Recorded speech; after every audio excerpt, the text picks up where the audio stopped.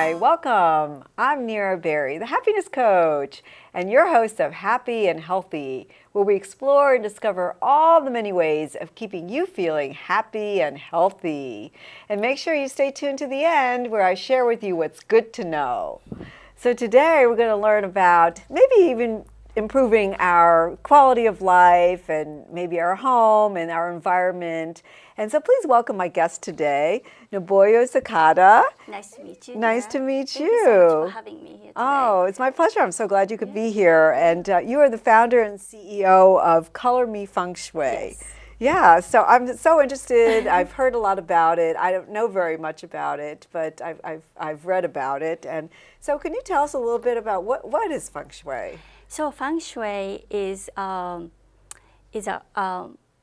Feng Shui means wind and water in Chinese, and it's art and science originated in Chinese astronomy, but it has elements of physics and philosophy. And some people call it astrology for architecture because it uses For time. architecture? Yes, architecture. So it uses time and space to define kind of personality of a building. And also you can say it's a physiognomy because it studies the Earth's pattern to understand its energy. Wow, I didn't realize there was all that was involved in it. Yeah. So what inspired you to work with Feng Shui and to find out more about it? I have helped friends initially, and of course I've helped many clients, and it had a positive impact on people's lives, financially. How did you hear about it? How I heard about it? Yeah. It is very popular. I grew up in Japan, and it's really popular in Japan. Oh, I okay. hear about it all the time, but I studied from a master, and then it's really, I mean, long. It has a really long history. It's about 4,000 years old, and some elements date back to 6,000 years. So Wow. it's a knowledge of so many different aspects. Yeah, and I think that's very interesting. And so, what are some common misconceptions about Feng Shui? I would say, well, first of all, Feng Shui is not a religion or a belief system. Okay. But I would say the first thing that comes to my mind is a red door. So some people believe that a red door is really good for finance and everything. And I can talk a little bit more about it later, but that is not for everybody. And another thing is sometimes I get asked if this is a great number for their house or street number. And I think number is very personal or can be rooted in the culture they grew up. I grew up in Japan, and the number 4 is very inauspicious because it's pronounced she, and the she also means death. So people try to avoid number 4, but to me it's not a bad number.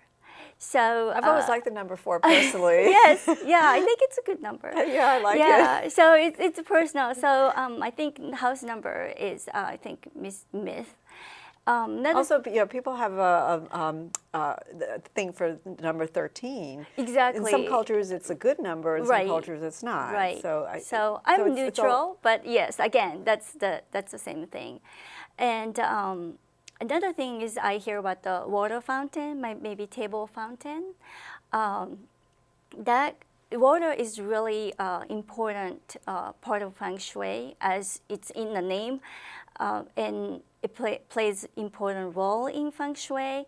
But we need to be careful where it's placed because it can activate both good and bad stars. So that's another. Yeah, you can't just put it anywhere you want. Okay, Yeah. so tell us actually how it works, and maybe you can give us some of the basics. Okay, so let me start with the kind of bigger picture. Okay, sounds So, good. so we look at first the living environment. So if look at the house and where it's located, um, you can just imagine the house is a big chair and you're sitting on a chair, and you want to have a nice kind of a nice solid back like this chair. And so as a house, you want to have nice kind of a mountain supporting you. And then you want to have like stable arms both side. So it's nice. It's better to have some buildings or something on both sides instead of at the corner. Another thing is the ancient China. I mean, if you live in a rural area, it's nice to have a nice flow of water. Now, in a city, if you're living in a city, Yeah. obviously you can have mountain or river, but we substitute buildings as mountain or roads as a river. What is a river? Road or street, Oh, okay. road or street. Okay. So those are the things that I look at as a place of the house. You don't want to have like a string, like a strong, sharp energy coming to your house. So I'm sorry if you're living in this location, but if your house is situated at the end of a T, the road is coming at you. It's not really a ideal location, but we have a remedy for it. So that's okay. And There's remedies for everything, right? right? Right, remedies for everything. Yeah. That is.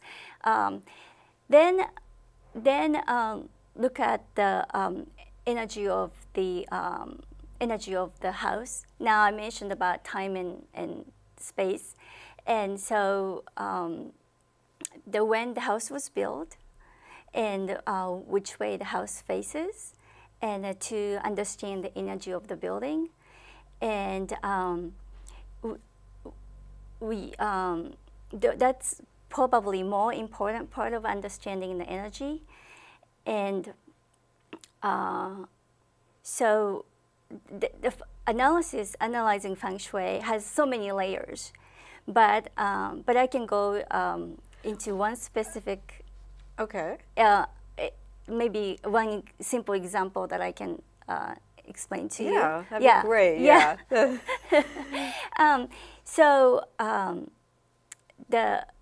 It's called gua. Gua is a feng shui numbers, and it's almost like a code for energy.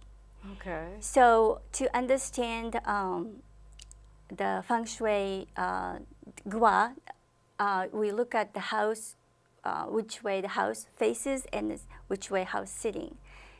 So when you are sitting at the house, so the facing side is obviously the direction that you're looking at. Yeah.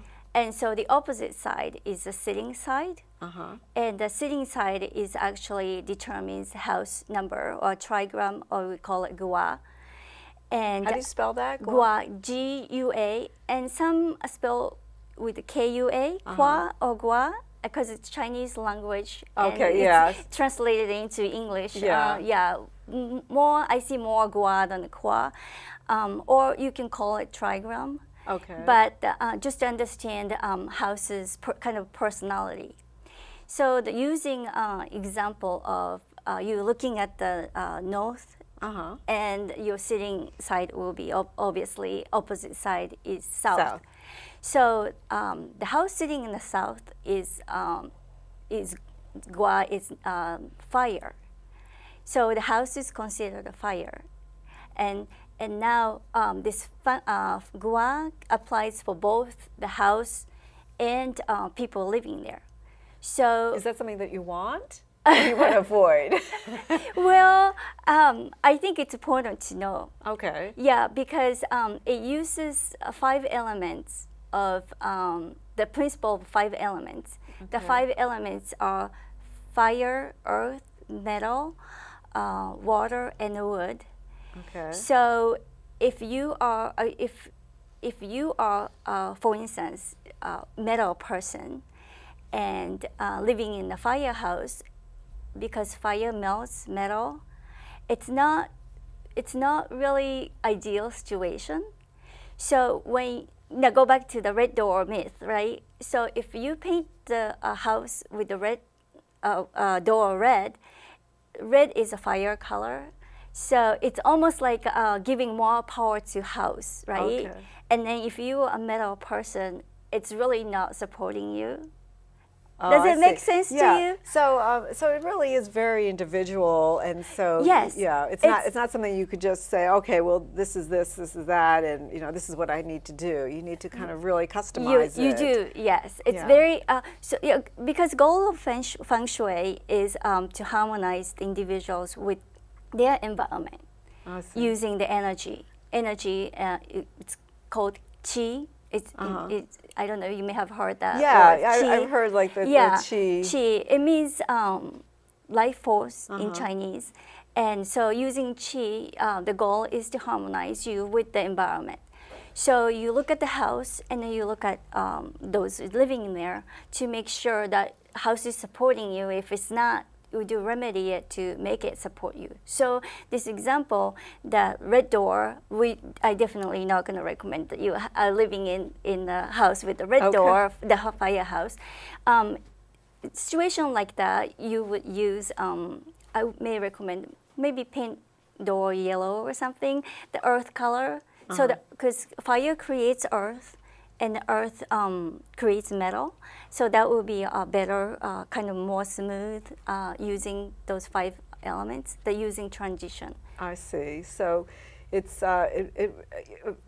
you also try to bring in like more natural elements into the house. Is that? You do, but again, it's all balanced. So now, can I go back a little bit about the? Okay, so that was kind of a whole maybe first step that I Overview, take yeah. like overview, and then I go into look at your floor plan, and I place like a gua, the 9 grid. I don't know, you may have heard. It's you divide the floor plan into like 9 different areas. And so each area has associated energy with it.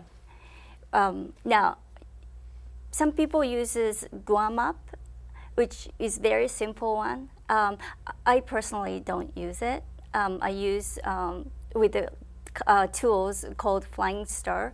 Look at the energy of the house again, and then your energy of current year. And they determine the energy of each areas. Now, you mentioned time before, like Right. does the time that the house was built, or Just like your birthday affects you, Yeah. at the time the house was built, it affects you too. Affect the building or determines the characteristic of the buildings. I see. Yeah. I see. Well, there's so much more I want to learn about, and I'm sure our audience is really curious about. So I want to hear more about that, and also just some of the things, some more we should know about it. So we're just going to take a quick break, and when we come back, we're going to learn all about Feng Shui and everything we need to know. So stay tuned, and we'll be right back. Maybe you can make retirement happen. After all, you made this vacation happen. Double points with every purchase? Cleverly merging promotions, Love it. cross-referencing travel sites, and booking all your flights with those. Vouchers. I got us bumped. They were like, oh. But now they're like, aloha.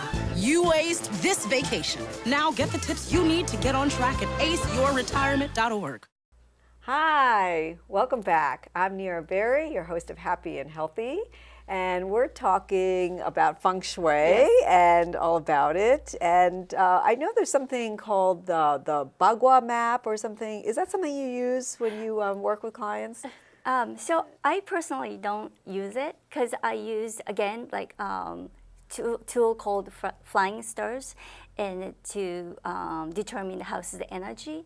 But I do recommend people use it maybe to organize a desk, and Yes, there are certain areas represent different aspect of life. So you can use feng shui for Yes. other things besides the house. You can use it just for a desk. You can use it. You can organize desk for success. That's office. Yeah, office. Or I like that. Organize your desk for success. Yes. Yeah. So yeah, I have example that I show you. Yeah, you can show. Yeah. So Yeah. So please tell us about that. Yeah. Oh, so just to organize the desk Okay. in a way that that it shows, as in my example, like certain areas, like you place your like business card, like center of the forward, because that's a fame and a reputation. Where would you put your business card? So if you're sitting in desk, Yeah. maybe the center of the far edge. Like on the front yeah, edge, yeah, in the center. Okay. Right. Yeah. So it just Where would you put your? So that's your business cards. Where would you put your pens and? would be probably on the right side of the middle, because that's a creative area. Okay. Yeah. So you can use that to organize the desk, and but I don't place that on the floor map when I'm consulting with my clients. So can you give us an example of a client that you worked with and what you did, or? So again, like I look, when I go to their place, they look at, I look at the environment first, and then the entrance is very important. Okay. Yeah, because you want to bring good chi energy to your house, and We all want that. yes, you do want that. So it may not be for everybody, because a lot of us living in condo apartment, Yeah. and you don't have, like Don't have really nice control. pathway or stuff like that. But if you living in the house and you have a pathway, we always say the ideal pathway is kind of a carved one. And I have a picture of my parents' house, and it's kind of open up to the entrance. So what would you do if you're living in a condo or apartment? So And you don't have control over Right. the entrance. What do you do for So that? the building entrance, obviously, you don't have control over. Yeah. But you can place really nice floor mat, and again, go back to the gua that we talked Yeah. about earlier. If you are, for instance, a wood person, you can place like a doormat that are green or even watercolor. Watercolors are dark blue and black, and the water is wood. So you can, have that kind of like doormat to support you, or little plants on the side, Yeah. just to create kind of as much as you can to make a welcoming feeling at the entrance. Oh, okay. Yeah. All right. And what else usually happens, like, for, when you work with the client? So most important thing I should mention is I do compass reading, because I said the facing of the house. Yeah. And I just don't look at the Google map and decide which way. I brought 2 of my compass, and this is kind of a fancy one. It actually has all the analysis built into it. But this compass is very sensitive, and I rely on to actually this one that you can buy at REI or just Yeah. the hikers. And these one you can just carry anywhere you want. And what's the this is purpose of the really- compass? Because to determine which way the house, Oh, I direction of the house. Is that the most important aspect? Like, if there's one overarching thing that, is that the most important I thing? would say it's the very key element to determine the Yeah. house of the energy of the Yeah. building. So- It's really important. So you said, like, there's always remedies for something. Let's say Right. that it's not, doesn't work out in your favor, or Right. what have you done? Could you give me an example? Yes, yeah. There's so many things, because nobody lives in a perfect house. Your life's not perfect. I think a lot of modern buildings that I've seen see a staircase right in front of the door when you walk in, and that's really like chi goes up and down. It's kind of really not great setup. So you can place a plant at the bottom of the stairs or up, or even like a floor mat to just slow down the chi, so the chi won't go up and down so fast. And another thing I've seen is that when you open the door, there's a door straight in back. Like if there's a door like straight in the back. And in that case, you can rearrange furniture a little bit so that it won't be a straight path, but it will be like more smooth curve around it. Or you can hang a crystal to kind of like break down the chi. Another example is the worst one is maybe, and I'm sorry if you live in this this type of house, the bathroom is right in front of you. When you walk in the door? Yes, Oh. yeah. You see a lot of houses nowadays that you see bathrooms right I in used front to of live in you. a house like that, actually. Come to think of it. The first- No longer, but I think at one The point. first thing is you make sure you keep the door closed. The bathroom door. Bathroom Yeah, door, okay. yes. So you don't want good chi coming in and then going down the toilet. Yeah. And it's all about balance. So it's you don't want to have anything, even if it's a good thing. You don't want to have too much. And I mentioned about the 5 elements, and look at everything is kind of balanced. So a good example is that like a bathroom already have enough water elements, so you don't want to necessarily add water. Like people tend to paint bathrooms in kind of bluish color.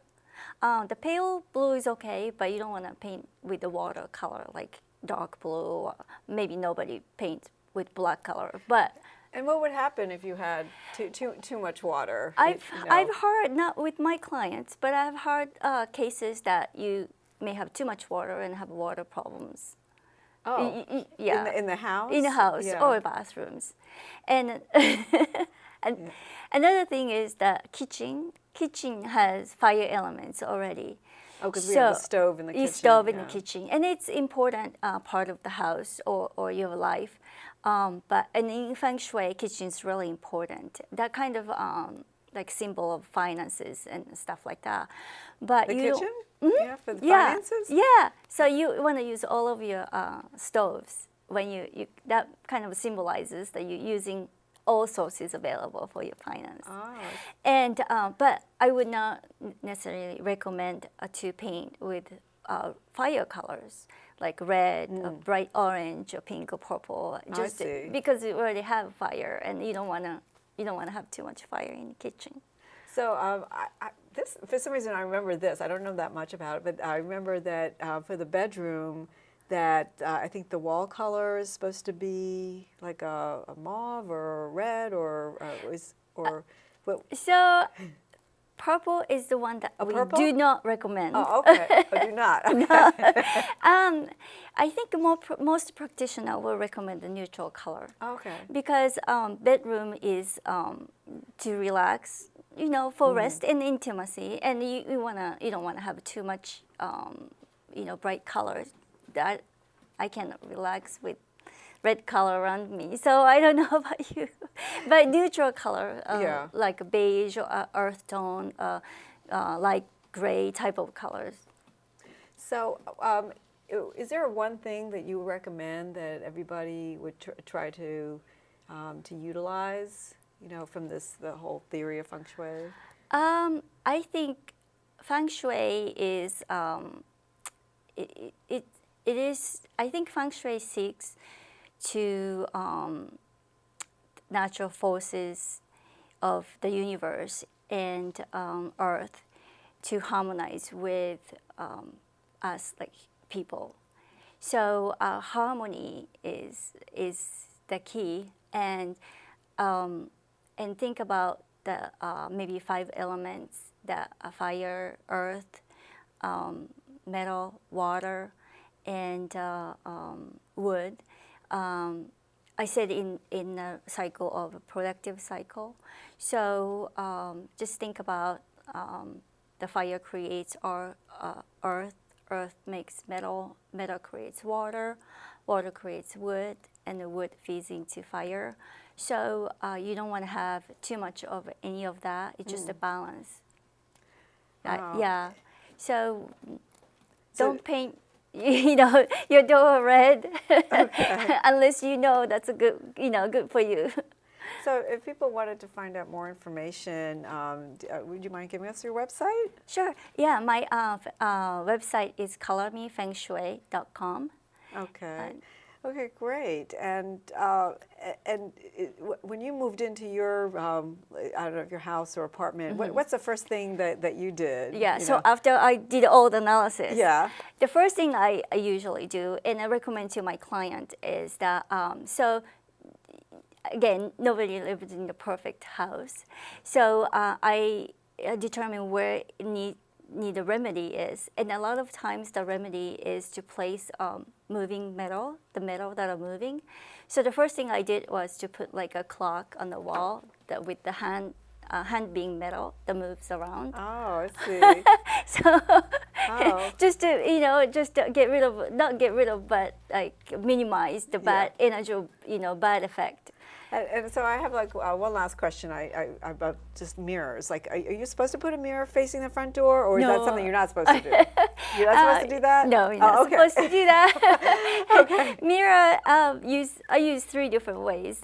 One is to expand the small area or narrow Right. path, or reflect something like that is maybe inside the house, and you be careful what to reflect. And the last one? And last one is deflect. Use it kind of outside, deflect something off. Okay, Yes. good. I was confused about that. And Yeah, I've heard it mentioned a lot. And I so- did have Okay. more than a couple of clients that has mirror in front of it, and they thought that was good. And Yeah, the first thing I said, I thought you so don't too. want. So thank you so much. It was really a pleasure finding out about Feng Shui, and I really appreciate you Okay. being here today.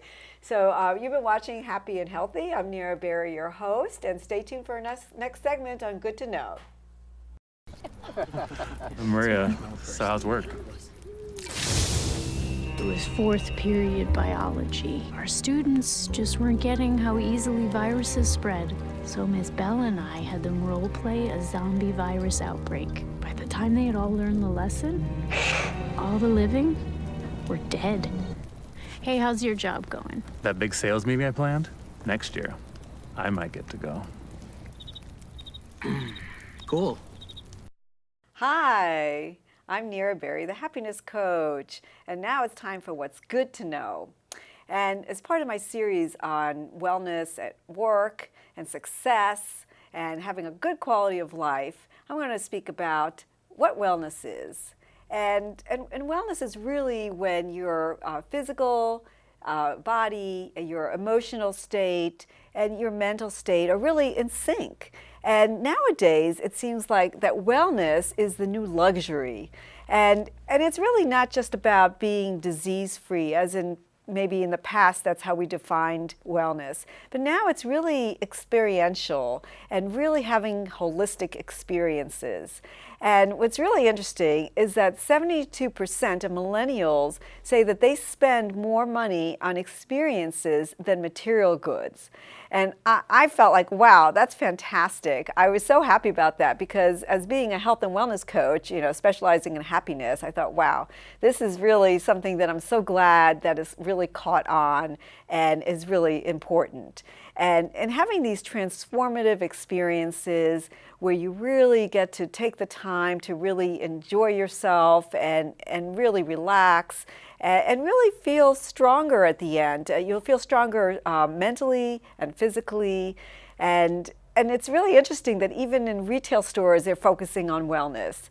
And so, my tip to you today is maybe even organize going to watch the ocean. Maybe organize a group of people to go and do that. Maybe give yourself the time to take a luxurious bath, or even say to all your friends, let's go rolling down a grassy hill.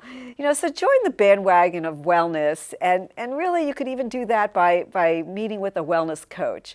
So feel free to contact me if you want any further information. I'm Nira Berry, the happiness coach, and you could always reach me at info@niraberry.com, as well as my website at niraberry.com.